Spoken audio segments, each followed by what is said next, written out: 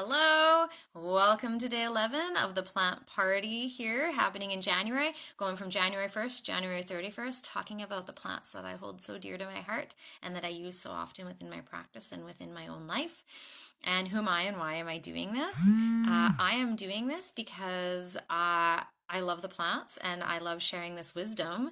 My name is Hilary Raven Porter, and I am an integrative healer and ascension guide and mentor. So I work with people that are stepping over that threshold and into the awakening of their inner truth, which is their divinity, connecting into those constellations, soul constellation points that are you, each and every star that makes up you, that makes you shine so bright, fully expressed, fully encapsulated, embodied, and fulfilled within this life. So, this week has all been about love. But not just love, but also like aphrodisiac love. Because love has many aspects. It's got the love up in your brain with the spirit realm, we've got the love within the heart, and then we've got the sexual contact as well. And it's what it is. So if you do not want to talk about any of that stuff today, or you feel that's not in your wheelhouse for the day, please close your eyes, close your ears, or come back later and watch it in little snippets as feels safe and comfortable for you. Yesterday we talked about the sacred blue lotus, the Egyptian sacred blue lotus, which is an aphrodisiac. And that one I find is very watery and more up here and in the head and lotus, right? Connected into the higher consciousness. So it's a different kind of connection. So today we are talking about Damiana Turnera Diffusa. Some of you might know this plant. This plant is this yellow plant. It's very well known as an aphrodisiac.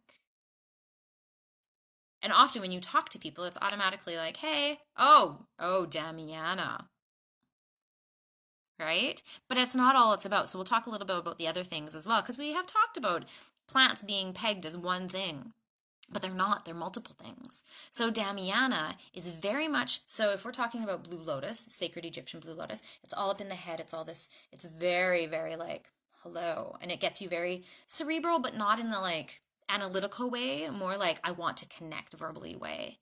I want to dive in way. And also like that skin touch that can happen, right? You get this like softness. Damiana, it sends the energy down and it's more like a kind of aphrodisiac. And it sends the energy down, down, down and into the pelvic bowl. So this is good if there's a formula that is all sitting up in the head, and there's all these herbs that are sitting up in the head, up in the head, up in the head. You take this plant and it brings the energy down, but there needs to be caution exercised with this, because if that energy is brought down into the pelvic bowl and somebody has sexual trauma or there is anxiety around sex, there needs to be caution because it can bring this all up. So if it's unknown sexual trauma, it can actually release that and bring that to the surface. If there is known sexual trauma, it can bring that focus there, but it can help clear it, but it needs to be done in the safe space, held container with knowledgeable people or person to help with the transition through this. It's not something to be taken lightly. Damiana can also be smoked. It is often in herbal formulas for smoking cessation. I've used it quite often as a portion of smoking cessation to help, because it is an antidepressant and anxiolytic, so it helps with that depression and that anxiety. It's also a bit of a sedative for people. It definitely is relaxing, which brings us up to the fact that sometimes we cannot feel arousal because we are in this go, sympathetic state, fight, flight, or freeze, constant.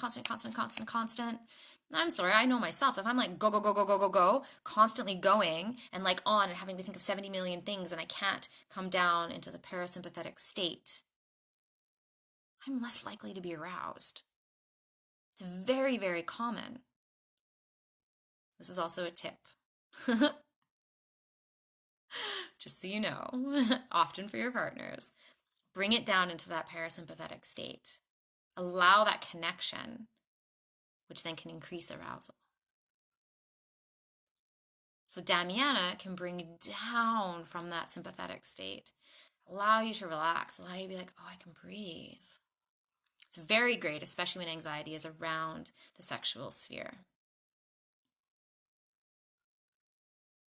So Damiana, a beautiful plant, but not just, like I said, as an aphrodisiac, sedative, antidepressant, anxiolytic, good for the digestion, good for the urinary tract if there's inflammation happening. But as always, it's good to know the contraindications, the cautions that come with the plants, and that is also why it is good to be in touch with somebody who has experience, who's trained, who has knowledge of these things.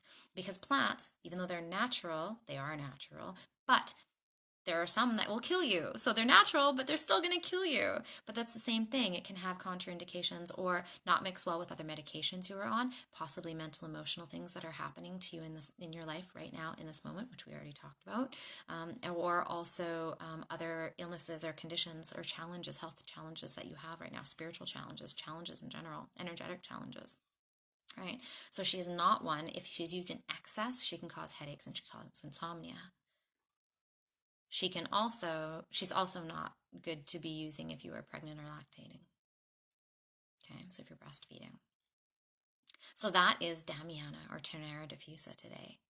Beautiful plant. So once again, looking at a plant saying, oh, aphrodisiac, aphrodisiac, aphrodisiac, but then what are we exactly using her for? So Egyptian sacred blue lotus, aphrodisiac, but more collective consciousness. Lotus, it's like this divine spiritual sexual connection up.